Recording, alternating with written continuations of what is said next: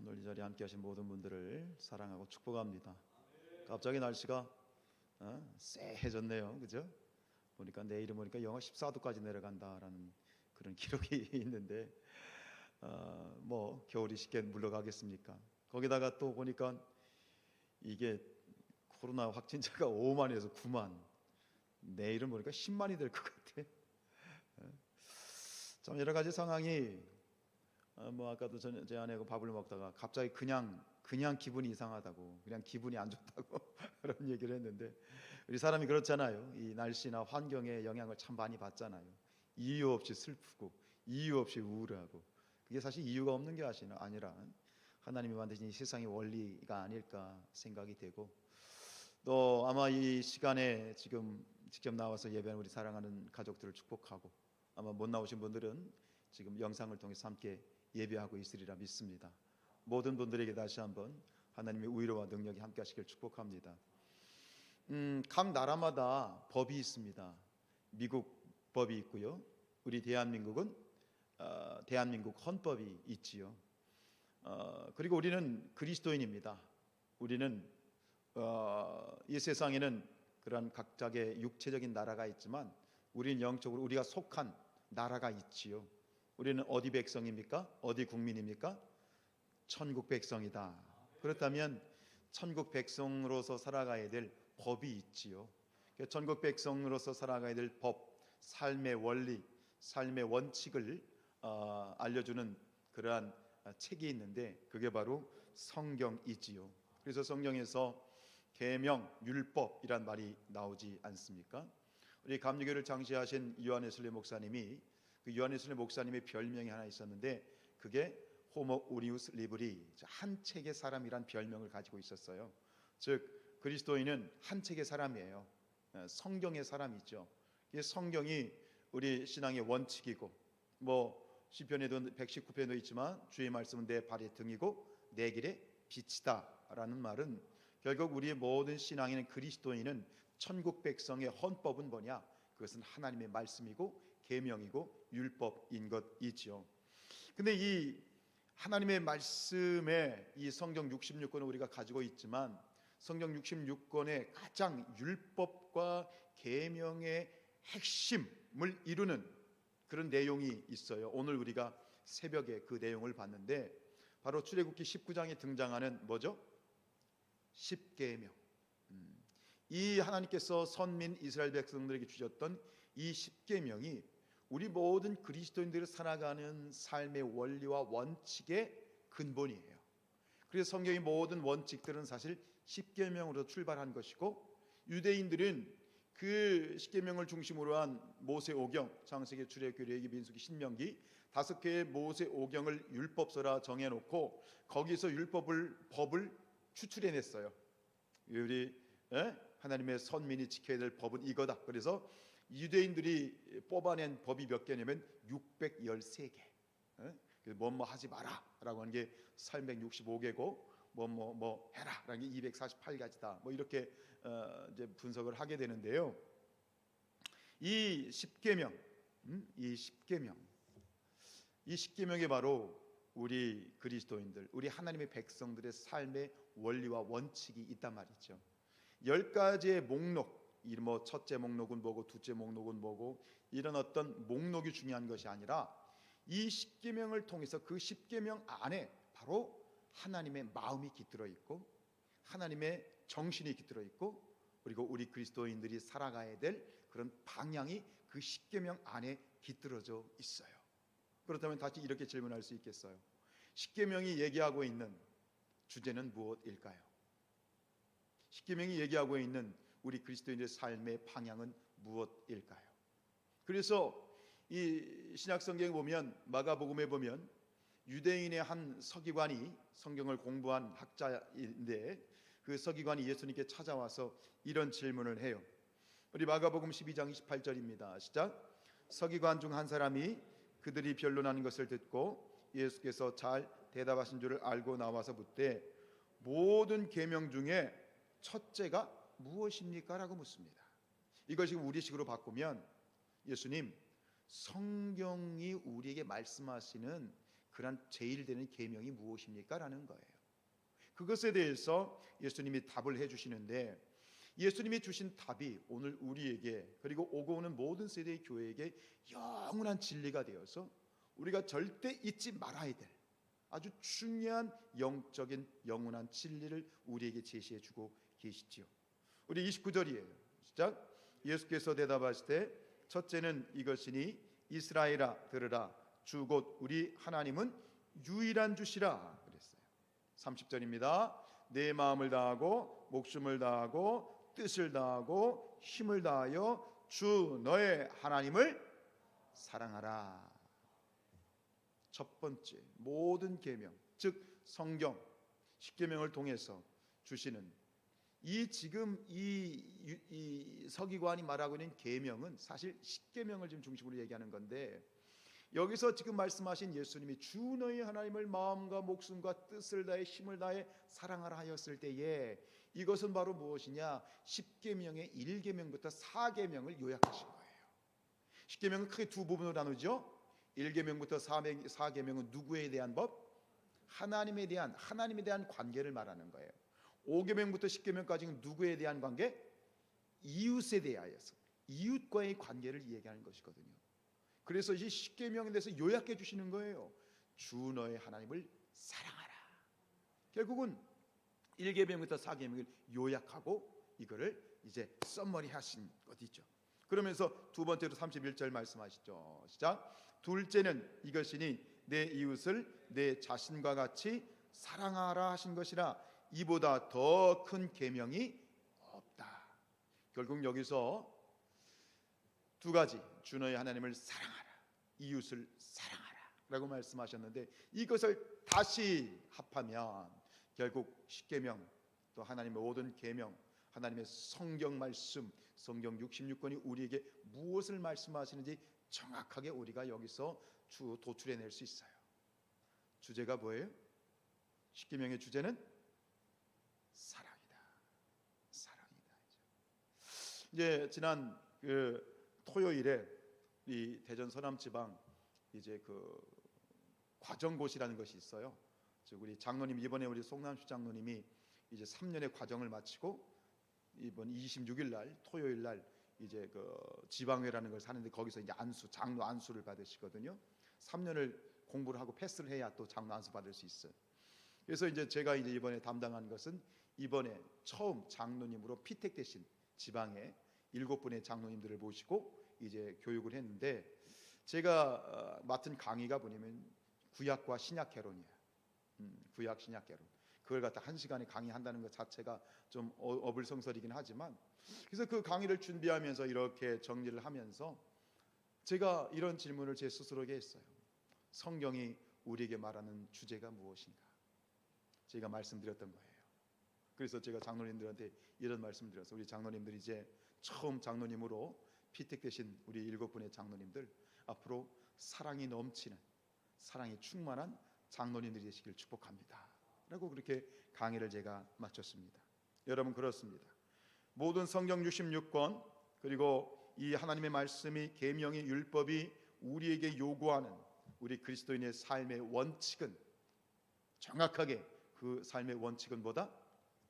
사랑이다 라고 하는 것, 여러분들 꼭 기억하시길 축복합니다. 성경은 사랑의 책입니다. 근데 여기서 말하는 사랑은 단순한 어떤 인간적인 어떤 사랑들이 아니라 하나님의 사랑을 말하는 거야. 우리를 향하신 그 하나님의 사랑, 그리고 그 하나님의 사랑의 결정체가 무엇입니까? 그것이 바로 예수 그리스도이시다. 예수 그리스도는 바로 하나님이 우리를 사랑하시는 결정적인 증거가 되는 것이지요. 그래서 로마서 5장 8절 말씀은 이렇게 얘기합니다. 시작. 우리가 아직 죄인 되었을 때에 그리스도께서 우리를 위하여 죽으심으로 하나님께서 우리에 대한 자기의 사랑을 보이셨다? 확증하셨다.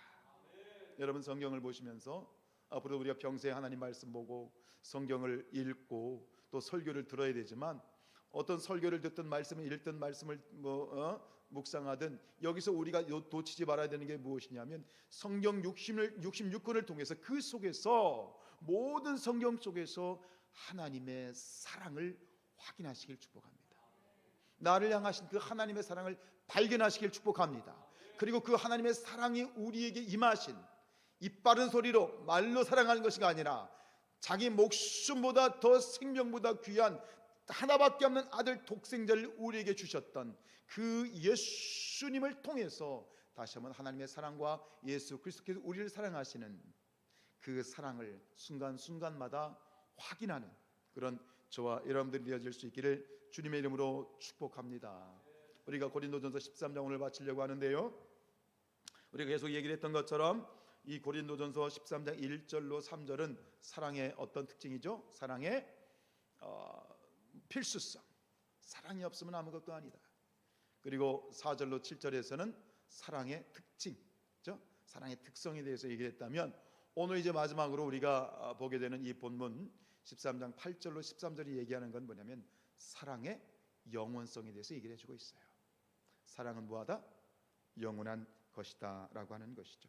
우리 8절 말씀 다시 한번 읽어보도록 하죠. 시작. 사랑은 언제까지나 떨어지지 아니하되 예언도 패하고 방언도 그치고 지식도 패하리라.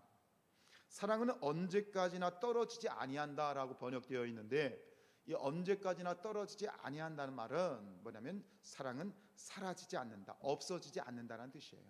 사랑은 영원하다라고 하는 것이죠. 그래서 마지막 우리가 읽었던 본문 13절에서 똑같은 말이 나옵니다. 시작. 그런즉 믿음, 소망, 사랑 이 세 가지는 항상 있을 것이다. 항상 있을 것이다. 영원하다라는 말씀이지요.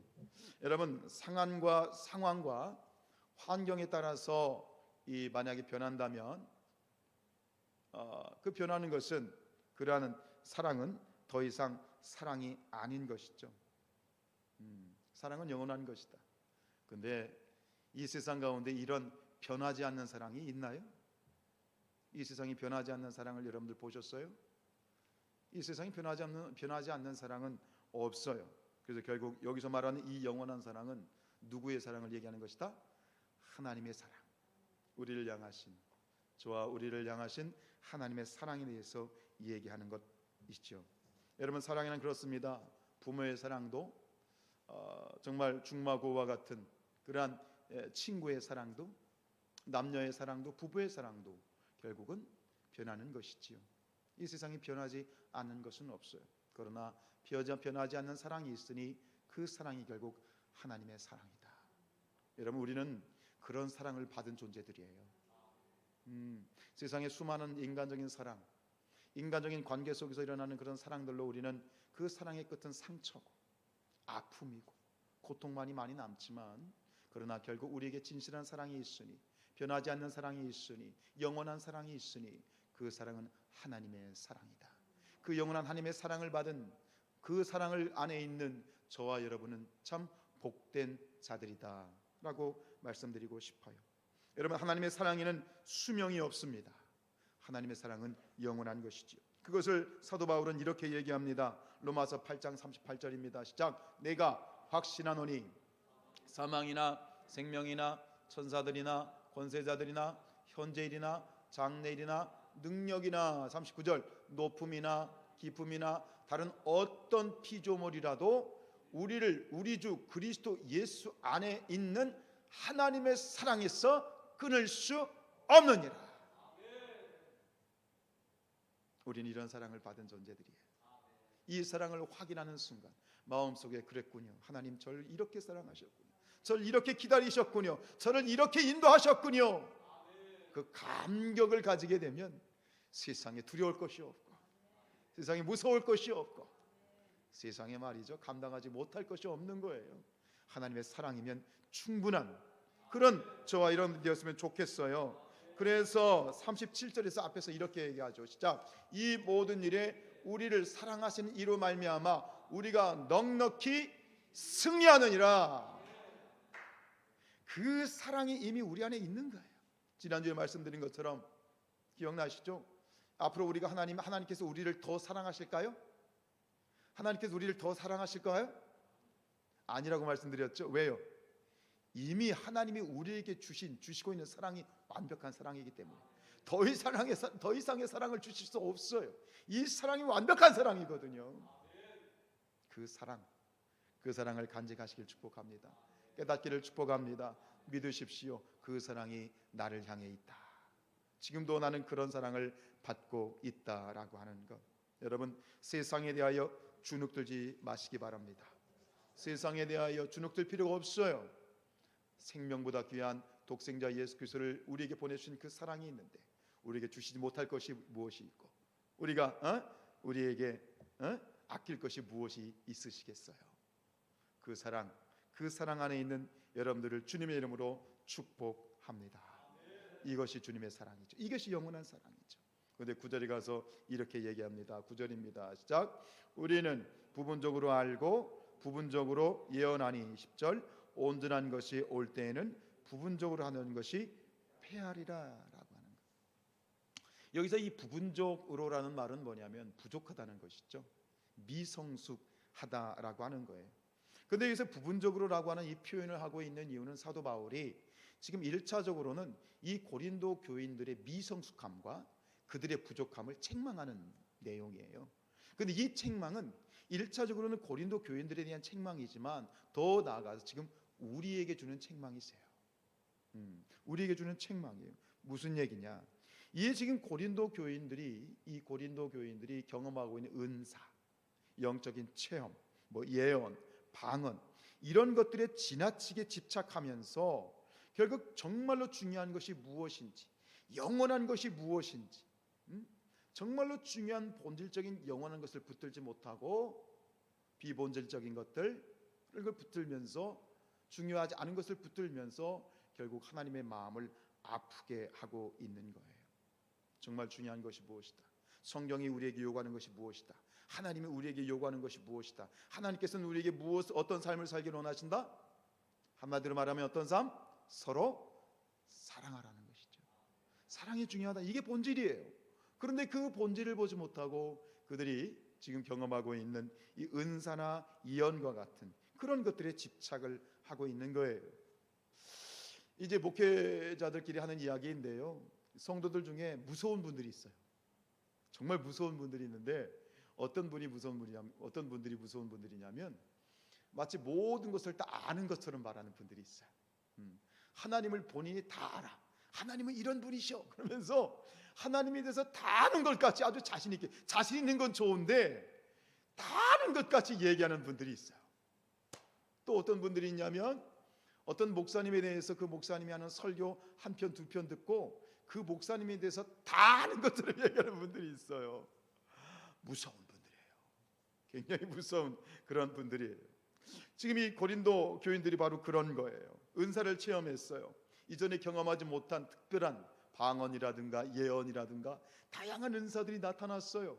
이전에 체험해보지 못한 거예요. 그러니까 얼마나 좋아요. 얼마나 참 감격에 참 그런 체험이 감사해요. 그런데 문제는 뭐예요? 그게 전부인 줄 아는 거예요. 자기가 체험한 방언, 예언 이런 것들이 그게 신앙생활의 전부고 그게 모든 것인 줄 아는 거예요. 착각하는 거예요. 여기에 문제가 있는 거예요. 근데 이것이 고린도 교인들의 문제이면서 지금 우리의 현실 가운데에서도 교회 가운데에서도 이런 미성숙함이 많이 존재를 하고 있다는 거예요. 무슨 얘기냐면 우리 성도들 중에서 한국 교회 성도들이 얼마나 열심히 많아요. 그러다 보니까 정말 교회에서 예배드리고 교회에서 신앙생활을 하는 것도 좋지만 더 말씀이 사모가 되고 더 집중적인 훈련을 받고 싶어서 별도의 훈련이라든가 그런 일련의 과정들을 이렇게 겪는 분들이 있어. 예를 들어서 제자 훈련, 어디 제자 훈련 학교에 가서 막 제자 훈련 한다든가, 어떤 말씀 학교에 가서 말씀을 막 배운다든가, 혹은 어떤 영성 훈련에 받는 데 가가지고 영성 훈련을 받는다든가. 참 특별한 일이죠. 바쁜 직장 생활하면서 그런 훈련 받는 것 정말 좋은 일이고 기특한 일이에요. 그런 훈련 받으려면 또 이게 공짜로 안 되거든. 또 이 경제적인 대가도 지불을 해야 되거든요. 전 참 그렇게 열심을 가지고 훈련을 받는 것 참 좋은데, 근데 문제는 뭐예요?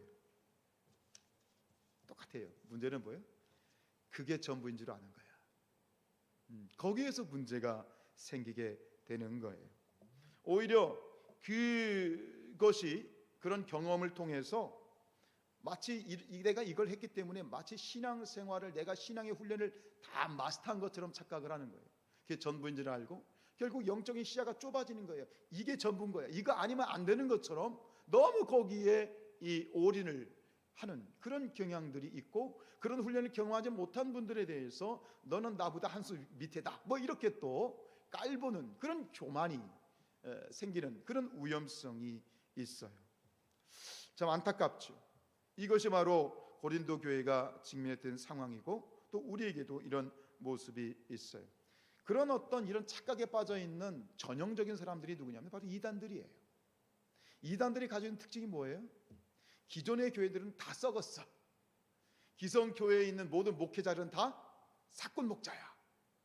우리가 참 진리고, 뭐 예를 우리 신천지만, 우리 구원파만, 우리 복음교회만, 우리만 진리인 거야. 기성교회는 다 틀린 거야. 그런 게 어디 있어요? 여러분, 진리가 어떤 특정 교단, 어떤 특정 훈련, 특정 세미나가 진리인가요? 우리에게 진리는 뭐예요? 우리에게 진리는 뭐예요? 예수 그리스도시죠. 예수 그리스도가 진리이지. 그런데 보면 그들에게 예수가 없어. 진리가 자기네 교단이고 자기네 사이비 교주인 거야. 이만희가 진리인 거지. 저 구원파 누구예요? 저기 대전에 누구 있잖아. 그 사람이 진리인 거지. 진리는 예수거든. 근데 예수가 없어. 여러분, 예수님이 진리이십니다. 특정 교단, 특정 훈련, 특정 선교 단체, 이게 진리가 아니에요. 그게 본질이 아니에요. 본질은 뭐다? 사랑이에요. 사랑이 없으면 아무것도 아닌 거야. 이것을 고린도 교회가 보지 못하는 거예요. 자기가 가지고 있는 신령한 체험, 내가 이런 은사 체험을 했고 내가 이런 예언의 체험을 했는데, 그러다 보니까 다른 그러지 받지 못한 사람들을, 성도를 깔보고 우습게 여기고, 또 막 더 큰 은사를 받은 것 같으면 시기하고 질투하고, 네가 받은 은사는 가짜야 그러면서 막 깎아내리려고 그러고, 이게 어떻게 하나님의 나라예요? 진리는 오직 예수 그리스도. 예수 그리스도 안에서 하나님께서 우리에게 요구하시는 진리의 근본은 뭐예요? 진리의 본질은 뭐예요? 사랑인 거예요.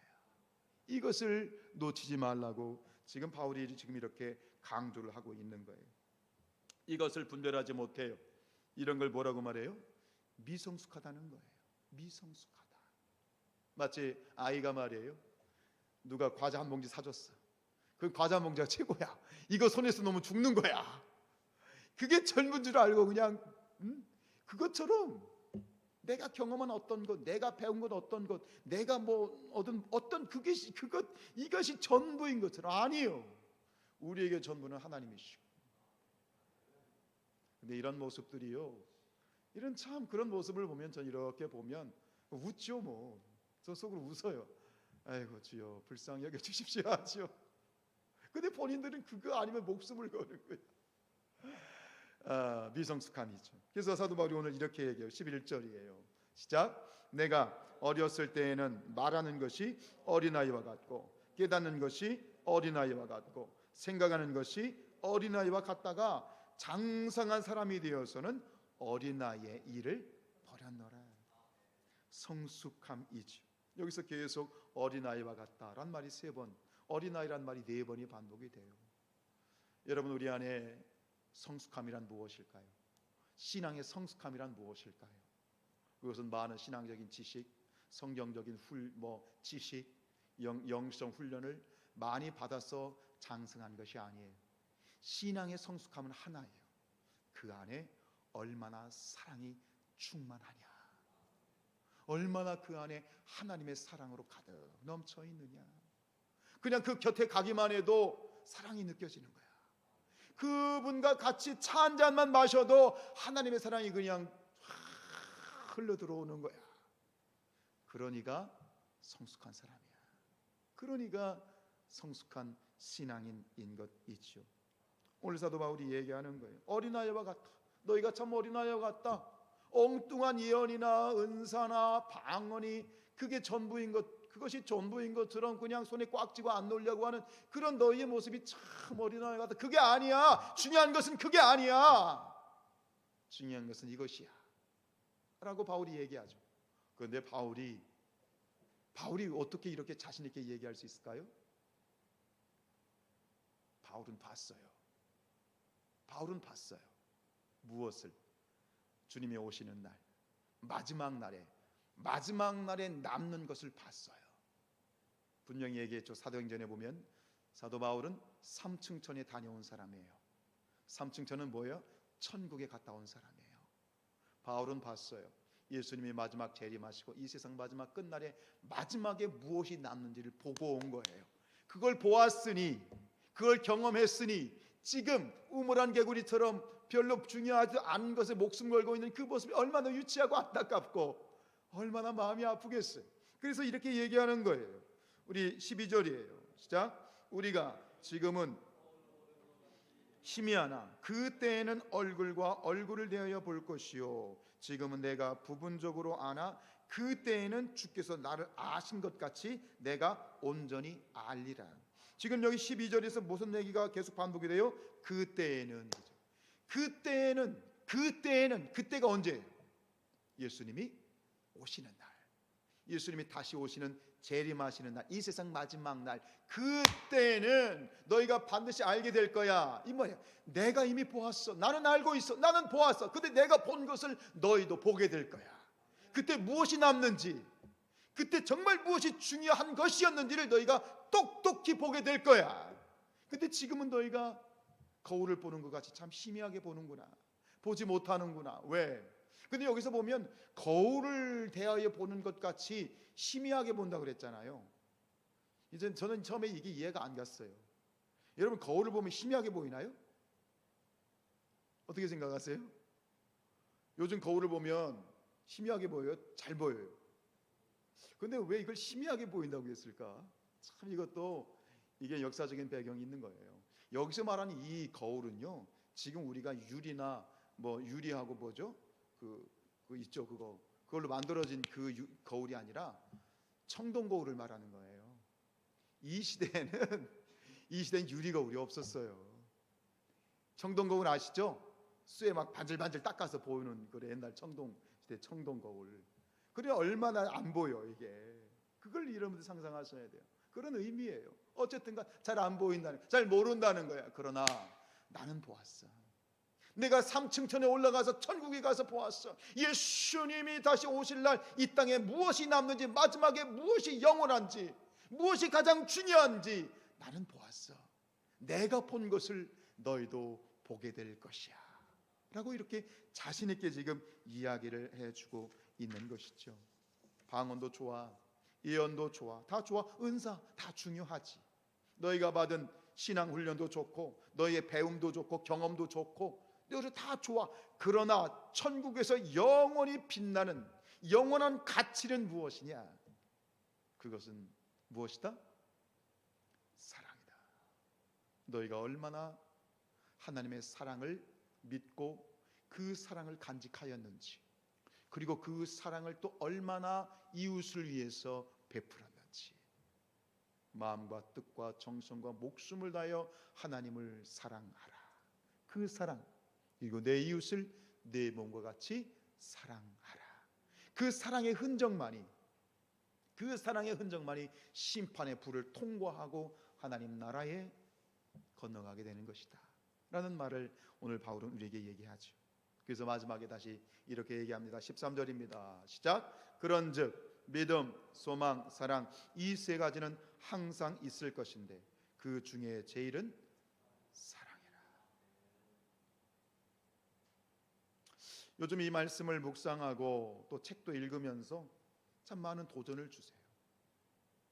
정말 중요한 것을 내가 붙들지 못하고, 이렇게 저는 이 말씀을 저에게 적용을 해봤어요. 설교 잘하는 목사, 일 잘하는 목사, 기획을 잘하는 목사, 일을 잘 추진하는 목사가 아니라 하나님의 사랑을 가득 품은 목사, 그런 목사를 하나님이 원하시는구나 하는 마음이 들어요. 여러분, 역사는 흐르고 있어요. 이 물이 흐르는 것처럼 역사는 흐르고 있는데 어딘가를 향해서 끊임없이 달려가고 있죠. 이 역사는 어딘가를 향해 달려가고 있을까요? 그 마지막 꼬린 지점은 뭐예요? 이 역사의 마지막 꼬린 지점이 어디예요? 예수님이 다시 오시는 날이에요. 예수님이 재림하시는 날이 이 역사의 마지막이고 꼬린 지점이죠. 그날에 지금은 부분적이고 전혀 좀 이해가 안 되는 것들, 난해한 것들, 그러나 그날에는 명명백백하게 깨닫게 될 것이다. 백문이 불여일견이죠. 보게 될 것이다. 보게 될 것이다. 바울은 말합니다. 마지막 날에 너희는 믿음과 소망과 사랑을 보게 될 것인데 그 중에 제일은 사랑이다. 여기서 제일이라는 말로 번역된 헬라어 메이조는 가장 위대한 것이라는 뜻입니다. 믿음, 소망, 사랑, 그 중에 가장 위대한 것은 사랑이다. 가장 위대한 신앙인은 사랑이 풍성한 신앙이다. 가장 위대한 신앙은 사랑의 신앙이다 라고 그렇게 얘기할 수 있겠죠. 벤젤이라고 하는 신학자는 이렇게 얘기했습니다. 사랑만이 그리스도인들 하여금 하나님을 닮게 한다. 여러분, 신앙의 본질은, 하나님의 계명과 율법의 본질은 무엇입니까? 사랑입니다. 꼭 기억하셨으면 좋겠습니다. 마음판에 새기셨으면 좋겠습니다. 사도 요한이 이렇게 기록하고 있죠. 우리 요한 1서 4장 7절 시작. 사랑하는 자들아 우리가 서로 사랑하자. 사랑은 하나님께 속한 것이니 사랑하는 자마다 하나님께로부터 나서 하나님을 알고. 8절. 사랑하지 아니하는 자는 하나님을 알지 못하나니 이는 하나님은 사랑이심이라. 뭐 더 이상 무슨 해석이 필요하겠어요. 12절입니다. 시작. 어느 때나 하나님을 본 사람이 없으되 만일 우리가 서로 사랑하면 하나님이 우리 안에 거하시고 그의 사랑이 우리 안에 온전히 이루어지느니라. 무슨 얘기예요? 하나님을 우리가 볼 수 없으나 만약 정말 온전히 사랑하는 사람을 보면 그 속에서 우리는 하나님을 볼 수 있다는 얘기예요. 세상 가운데 하나님을 보여줄 수 있다는 얘기예요. 우리 사랑하는 성산의 가족들이요, 저 여러분이 사랑이 충만하긴 사랑의 사람들이 되었으면 좋겠습니다. 많은 것이 부족하고 부족할 수 있겠지만 그러나 이것만은, 사랑은, 하나님의 사랑은 부족함이 없는 줄, 하나님의 사랑 자체가 그것이 온전하기 때문에 그 사랑 자체가 온전한 것이니 우리가 이 세상 가운데 생활하면서 온전함은 결국 사랑을 간직하면 되는 것이 아닌가. 우리 성산교회가 사랑의 교회가 되기를 기도합니다. 사도 바울은 우리가 사랑의 빚진 자라고 얘기합니다. 로마서 8장 12절이에요. 시작. 그러므로 형제들아 우리가 빚진 자로 돼 육신에게 서서 육신대로 살 것이 아니니라. 하나님은 빚쟁이입니다. 우리한테 빚 갚으라고 막 독촉하십니다. 하나님이 우리에게 그 빚을 갚으시라고 하는 거죠. 뭘로 갚으라는 거예요? 사랑으로 갚아라. 너 빚졌잖아. 사랑에 빚졌잖아, 이 빚쟁이들아. 사랑의 빚을, 사랑으로 빚을 갚아라. 우리 로마서 13장 8절이에요. 시작. 피차 사랑의 빚 외에는 아무에게도 아무 빚도 지지 말라. 남을 사랑하는 자는 율법을 다 이루었다. 율법을 다 이루었다. 이게 사랑이죠. 이게 사랑의 능력이죠. 사랑하는 여러분, 사랑의 빛을 갚는, 사랑의 빛을 사랑으로 갚는 그러한 사랑의 사람들 되시기를 주님의 이름으로 축복합니다. 찬양하시죠.